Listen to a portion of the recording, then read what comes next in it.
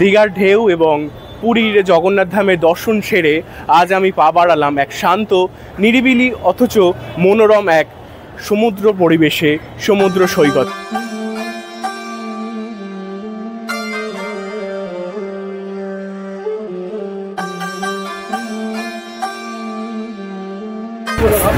এই যে সামনে বাস রয়েছে, আপনারা চাইলে বাসে করেও চলে যেতে পারেন। বাসে করে গেলে ওই 30 টাকা নেয়। আর এতে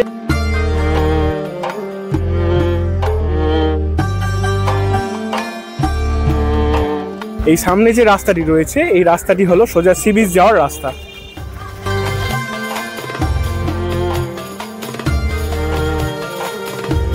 কারণ এই বকখালিতে অনেকটাই ফাঁকা ফাঁকা জায়গা রয়েছে, তারপরে খুব একটা ভিড়ভাড় নেই, তো তার জন্য বেস্ট। আর খাওয়া দাওয়া দোকানপাট সব কিছুই রয়েছে, নাইট মার্কেটও রয়েছে, সব কিছুই রয়েছে, কোনো কিছু তোমাদের অসুবিধা হবে না।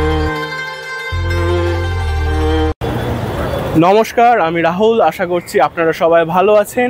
আরও একটি নতুন ব্লগে আপনাদের স্বাগতম জানাই। দীঘার ঢেউ এবং পুরীর জগন্নাথ ধামের দর্শন সেরে আজ আমি পা বাড়ালাম এক শান্ত, নিরিবিলি অথচ মনোরম এক সমুদ্র পরিবেশে, সমুদ্র সৈকতে। এটি একটি অফবিট সমুদ্র সৈকত, যেখানে রয়েছে নোনা হাওয়ার স্নিগ্ধ গন্ধ। তো চলুন আজকে আপনাদের নিয়ে যায় বকখালি।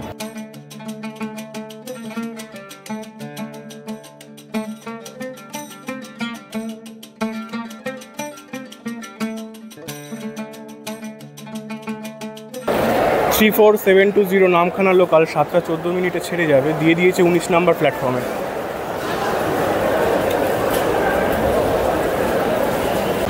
তো আপনারা কলকাতা থেকে বকখালিতে কি করে যাবেন? কলকাতা থেকে বকখালিতে যেতে হলে আপনাদের প্রথমে যেতে হবে নামখানা। আর নামখানা স্টেশনে যাওয়ার জন্য আপনাকে আসতে হবে শিয়ালদা সাউথে। এখান থেকে সারাদিনে অনেক ট্রেন লক্ষ্মীকান্তপুর যায় এবং সেই ট্রেনগুলি কিছু কিছু ট্রেন আছে, সেই ট্রেন ওখান থেকে নাম্বার প্লেট চেঞ্জ হয়ে আবার চলে যায় নামখানাতে। যেহেতু শিয়ালদা থেকে নামখানা প্রায় 3-4 ঘন্টা জার্নি, তাই এতটা জার্নি দাঁড়িয়ে যাওয়া সম্ভব নয়। তাই ট্রেনের মাঝখানের যে কোনো একটা বগিতে উঠি, ওখানে বসার সিট অনায়াসে পেয়ে যাব। যদিও ট্রেন অনেকটাই ফাঁকা রয়েছে, কারণ এই দিকের ট্রেন সকালে করে প্রায় ফাঁকাই থাকে।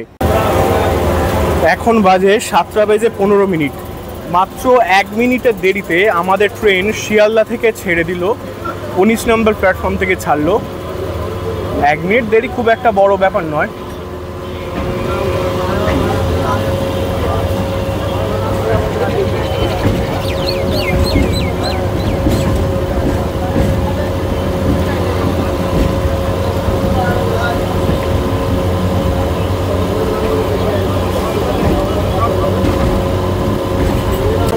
তো আমার জার্নি তো গন্তব্য থাকছে এবং সঙ্গে থাকছে একটি সুন্দর ট্রেন জার্নি। শিয়ালদহ থেকে ছেড়ে এই ট্রেনের পরবর্তী স্টপেজ হলো পার্ক সার্কাস।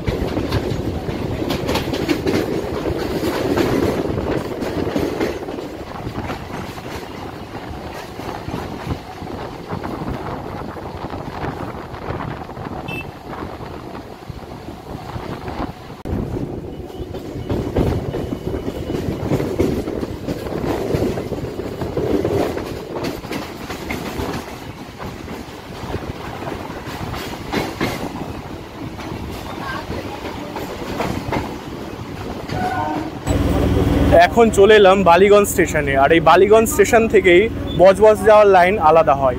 যেহেতু লোকাল ট্রেন জার্নি, বেশি স্টেশন দেখাতে পারবো না, অনেক কটা স্টেশন রয়েছে আর ট্রেনে ভিড়ও হয়ে যাচ্ছে। তো শিয়ালদা থেকে প্রথমার্ধের জার্নি শেষ।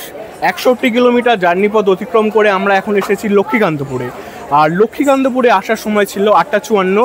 আমাদের ট্রেন ঠিক সময় এসেছে, অর্থাৎ 8:54 এসেছে। আর এখানে এই ট্রেনটি ওই 20-25 মিনিট মতন হল্ট দেবে, তারপর এখান থেকে আবার নাম্বার প্লেট চেঞ্জ করে চলে যাবে নামখানার দিকে। যেহেতু লক্ষ্মীকান্তপুর এবং নামখানা সিঙ্গেল লাইন, তাই যতক্ষণ আপ ট্রেনটা না আসছে ডাউন ট্রেন এখান থেকে ছাড়বে না। আর যেহেতু লক্ষ্মীকান্তপুরে প্রায় 20 থেকে 25 মিনিট হল্ট থাকে, তাই এখানে দেখতে পাচ্ছেন অনেক খাবারের দোকান আছে, এখানে মশলা মুড়ির দোকান আছে, ওইদিকেও মশলা মুড়ির দোকান আছে। আপনারা চাইলে এখান থেকে টিফিনটা করে নিতে পারেন। আর এই দেখুন এখানে বারাইপুরের বিখ্যাত পেয়ারা বিক্রি হচ্ছে। আর এই যে দেখতে পাচ্ছেন গরমের সময় আম পাওয়া যাচ্ছে।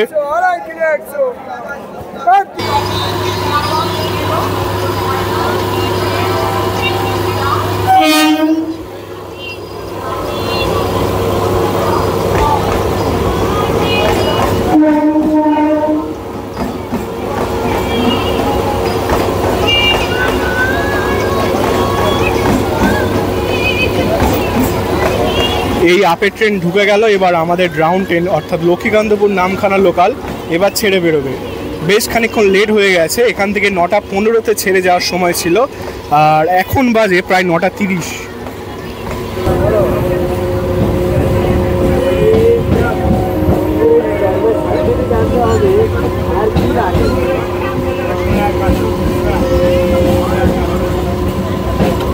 তো বন্ধুরা, আমাদের এই ট্রেন এখান থেকে ছাড়ার সময় ছিল 9:15। যেহেতু আপনারা দেখলেন আপের ট্রেনটা ঢোকেনি, তাই ডাউন ট্রেনটা ছাড়া হয়নি। তো বেশ খানিকটা সময় অতিক্রম করে ওই 9:33 নাগাদ আমাদের এই ট্রেনটি লক্ষ্মীকান্তপুর থেকে ছেড়ে বেরোচ্ছে।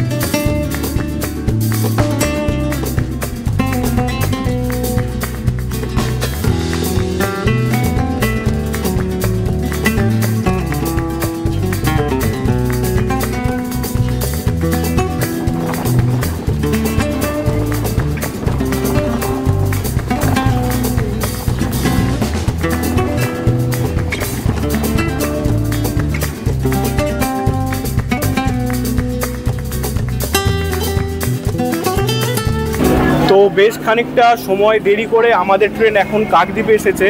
আর যদি এই কাকদ্বীপ স্টেশনের কথা বলি, তো এই স্টেশনটি হলো এই লাইনের একটি গুরুত্বপূর্ণ স্টেশন, এবং এই স্টেশন থেকে আপনি খুব সহজেই চলে যেতে পারবেন গঙ্গাসাগরে।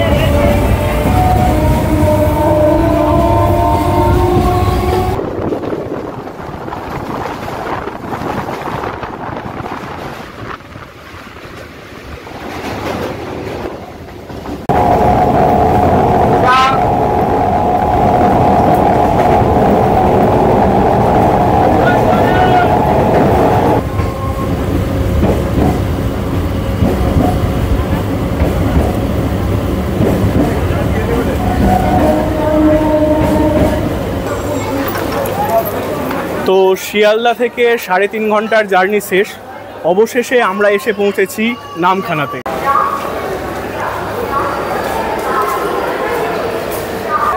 তো এখন এসে গেছি নামখানা স্টেশনের বাইরে, রেলওয়ে প্রেমিসেসের মধ্যে আছি। তো বাইরে বেরিয়ে হয়ে যে আমার পিছনে অটো টোটোগুলো রয়েছে, ওই অটো টোটো ওখান থেকেও যাওয়া যায়, আপনারা যেতে পারবেন। এছাড়া মেন রোড থেকে গিয়ে ওখান থেকেও ওখানে অটো টোটো পাওয়া যায়, ওখান থেকেও আপনারা যেতে পারবেন। এই রেলওয়ে স্টেশন, এখান থেকে বার হয়ে এখানে অনেকগুলো গাড়ি রয়েছে টোটোর মতন।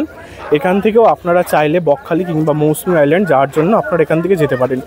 এখান থেকে গেলে ভাড়াটা একটু বেশি নেয়। এই জাস্ট এই স্টেশন রোড, এখান থেকে বেরিয়ে এই সামনে যে ঢালাই রাস্তাটি আছে, এই রাস্তা থেকে কিছুটা গেলেই সামনে মেন রোড আছে। এই রাস্তাটা ধরে এলাম স্টেশন থেকে, এবং এসে এই সামনে গিয়ে অনেক অটো আছে, ওখান থেকে গিয়ে আপনারা চলে যেতে পারবেন।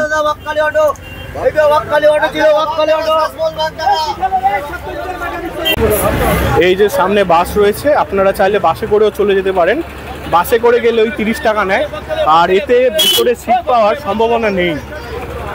এখানে এসে আমি অটো পেয়ে গেছি, অটোতে নিচ্ছে 40 টাকা শেয়ারে। তো অটোতে বসে এবং বসে যাওয়া যাক। আর এখান থেকে যেতে সময় লাগবে ওই 35 মিনিট থেকে 40 মিনিট মতো।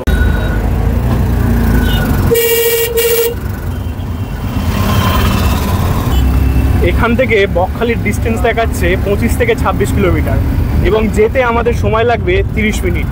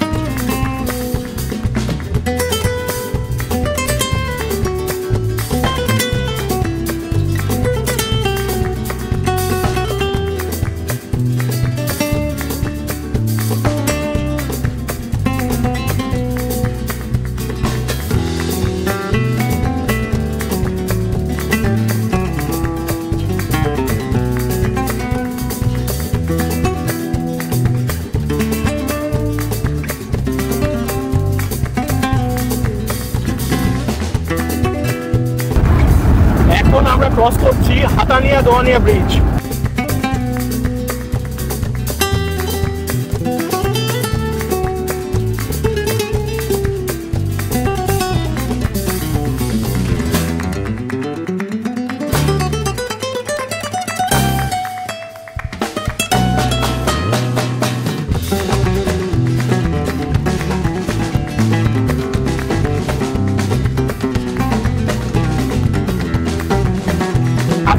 দোয়ানিয়া নদীর উপরে যে ব্রিজটি আছে, এই ব্রিজটির উপর থেকে কারা কারা বকখালি গেছেন অবশ্যই কমেন্ট করে জানাবেন।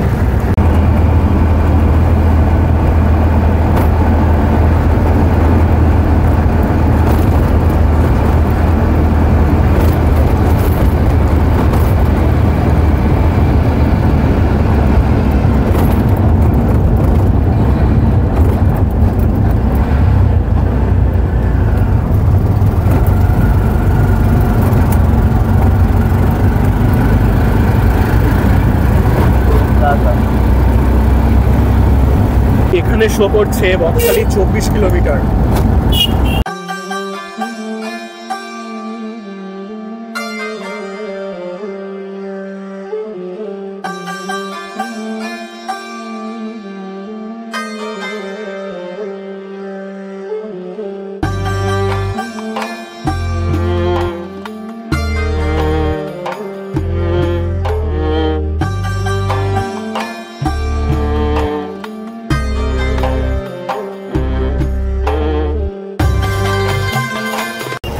অটোওয়ালা আমাদের এখানেই নামিয়ে দিয়েছে, আর আমার পিছনেই দেখতে পাচ্ছেন এটা হলো বকখালি বাস স্ট্যান্ড। এখান থেকে আপনারা ধর্মতলা যাওয়ার বাস পেয়ে যাবেন।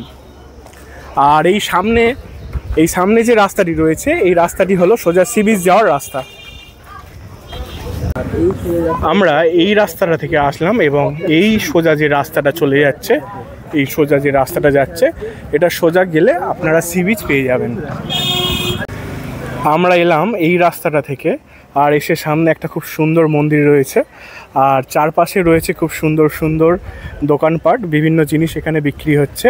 সন্ধ্যের সময় কিংবা বিকেলবেলার সময় এখানে আরও চারিদিকে আলোকসজ্জায় সজ্জিত হয়ে ওঠে এবং জায়গাটা খুব সুন্দর লাগে। আর সেই সোজা ওখানে দেখা যাচ্ছে সি বিচ, সমুদ্র দেখা যাচ্ছে। চলুন এখন আমরা ওই দিকেই রওনা হই। এই সমস্ত দোকানে আপনারা অনেক খেলার জিনিস পেয়ে যাবেন। আপনাদের সঙ্গে যদি ছোট বাচ্চা থাকে তাহলে এই দেখছেন বল, ওখানে স্যান্ড নিয়ে খেলার জন্য বিভিন্ন পাত্র, ছোট ছোট বল আর বিভিন্ন ঘরের সাজানো সামগ্রী এখানে আপনারা পেয়ে যাবেন। তো বন্ধুরা, ফাইনালি চলে এসেছি বকখালি, যেখানে রয়েছে নরম বালি, রয়েছে নোনা ধরা বাতাসের গন্ধ। এক অজানা অচেনা এক রঙিন গল্প এখানে আমাদের জন্য অপেক্ষা করছে। তো দেখতে পাচ্ছেন আমার পিছনে লেখা আছে আই লাভ বকখালি। আমি সমুদ্রের সৈকতের কাছে চলে এসেছি। দূরে সমুদ্র দেখা যাচ্ছে। বকখালি যেহেতু সমুদ্র অনেকটা দূরে থাকে, তাই কিছুটা পথ হেঁটে আমাদের যেতে হয়। আমি একটা ভুল করে ফেলেছি। এই বকখালি সমুদ্র সৈকতের কাছে যেতে হলে এই ছোট্ট একটা নদী মতন রয়েছে, নদী বলা চলে না, ছোট্ট একটা জলধারা, এখান থেকে পার হয়ে যেতে হয়। আমি বুট পরে এসেছিলাম, তাই পায়ের জুতো হাতে নিয়ে এখন আমি এই জলটা পেরোচ্ছি।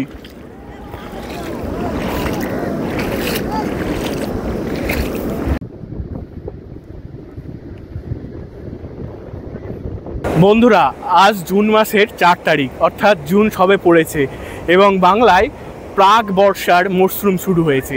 তো একবার আপনাদের বকখালির সি বিচের ভিড়টা আপনাদের দেখায়, তো দেখুন।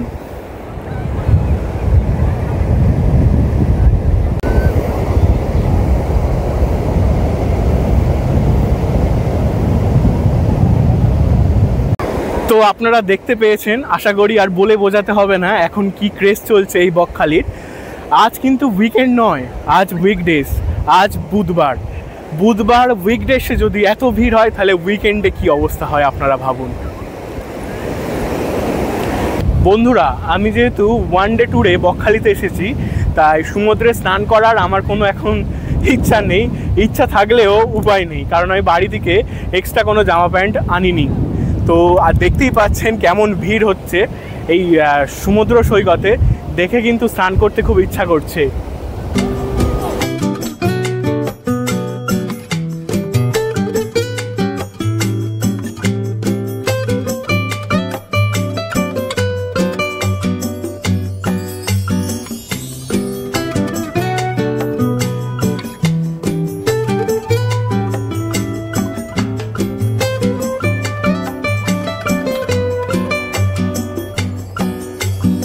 আশা করছি আর বলে বোঝাতে হবে না এখন বকখালিতে কেমন ক্রেজ চলছে। উইকডেসেও এত ভিড়, তাহলে উইকেন্ডে এখানকার অবস্থা কেমন হয় একবার ভেবে দেখুন। আমি এসেছি ওয়ান ডে ট্রিপে, স্নান করার কোনো ইচ্ছা বা উপায় এখন আমার নেই। বাড়ি থেকে এক্সট্রা কোনো জামা প্যান্ট আমি নিয়ে আসিনি। স্নান করতে ইচ্ছা হচ্ছে, কিন্তু উপায় নেই।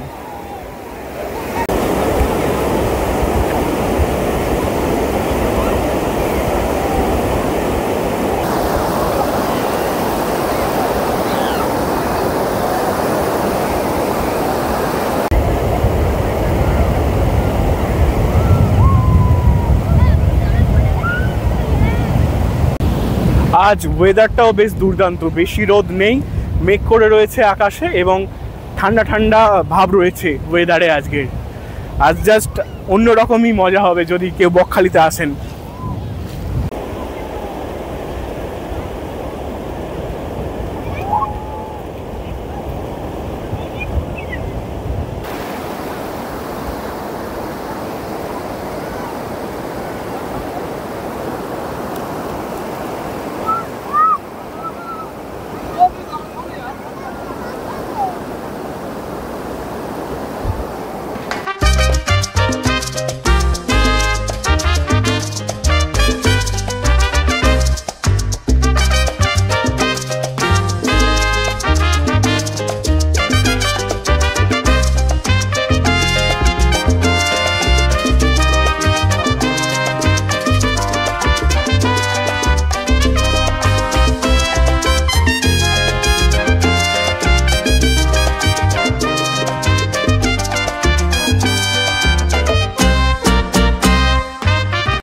বন্ধুরা, একটা অন্য আলোচনা করি।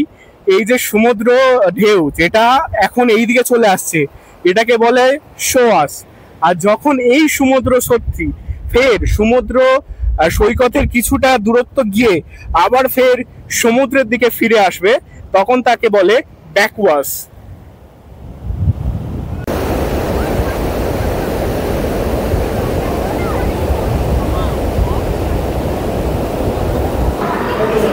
তো বেশ খানিকক্ষণ সমুদ্রের ধারে লাফালাফি করার পর খিদে পেয়েছে, চলে এসেছি বনশ্রী এসি হোটেলে। এখানে এসে কি খাচ্ছি চলুন আপনাদের দেখায়। এই রয়েছে ভাত, একটা সবজি রয়েছে এবং আলু ভাজা রয়েছে, আর এখানে ডাল রয়েছে আর একটা রুই মাছের থালি রয়েছে। তো খেয়ে নিই আপনাদের সাথে কথা হচ্ছে। আর হ্যাঁ, আজকেরও এই ট্রিপে আমি একা নই, আমার সাথে আছে সৌম্যদীপ দা। তো দুজনে এসেছি, সৌম্যদীপদার সাথে কথা আমি আপনাদের পরে বলাচ্ছি, আগে খেয়ে নিই, খুব খিদে লেগেছে।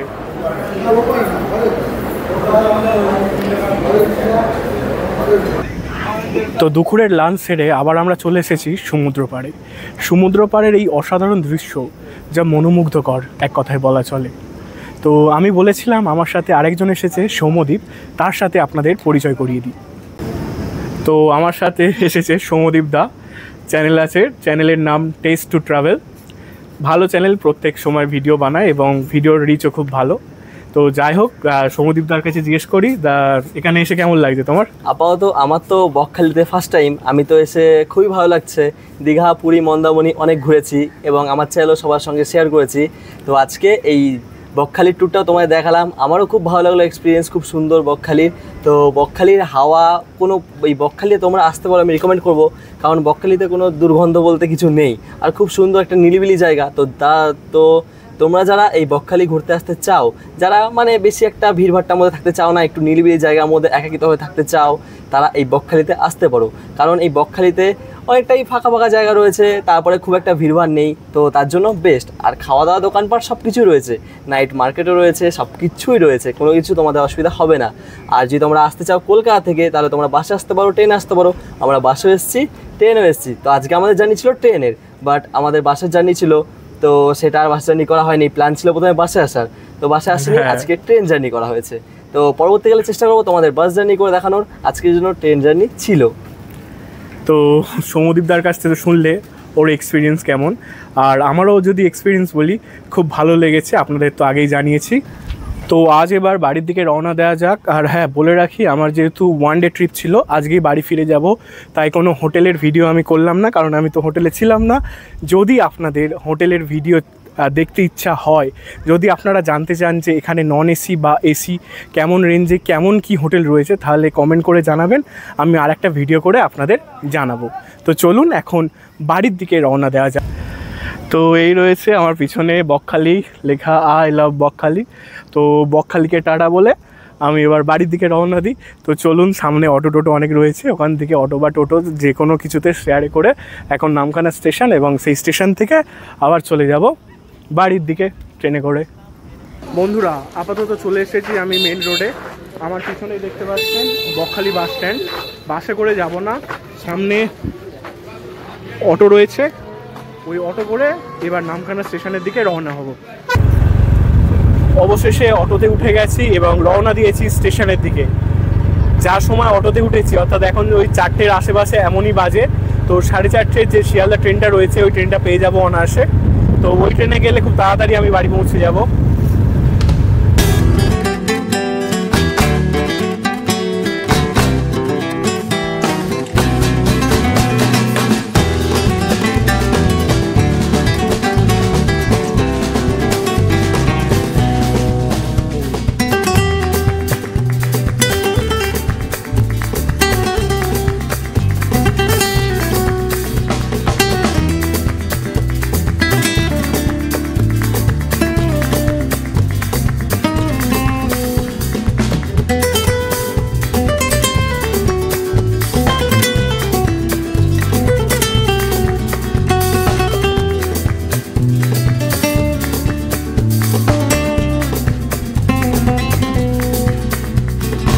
আর এখন যাকে বলে অঝরে বৃষ্টি চলছে, আর এই বৃষ্টির মধ্যেই আমরা স্টেশনের দিকে এগিয়ে চলেছি।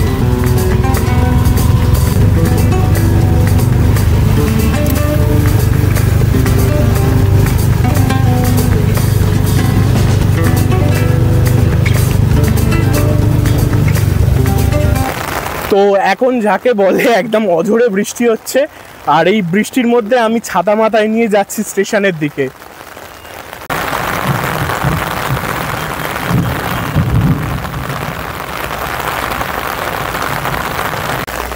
তো অবশেষে চলে এলাম নামখানা স্টেশনে বৃষ্টি মাথায় নিয়ে। নামখানা স্টেশনের দৃশ্যটা এখন এমন। তো আজকের ভিডিওটি আমি এখানেই শেষ করলাম। ভিডিওটি কেমন লেগেছে অবশ্যই জানাবেন। যদি ভালো লেগে থাকে তবে একটি লাইক করবেন এবং কমেন্ট করে জানাবেন ভিডিওটি কেমন হয়েছে।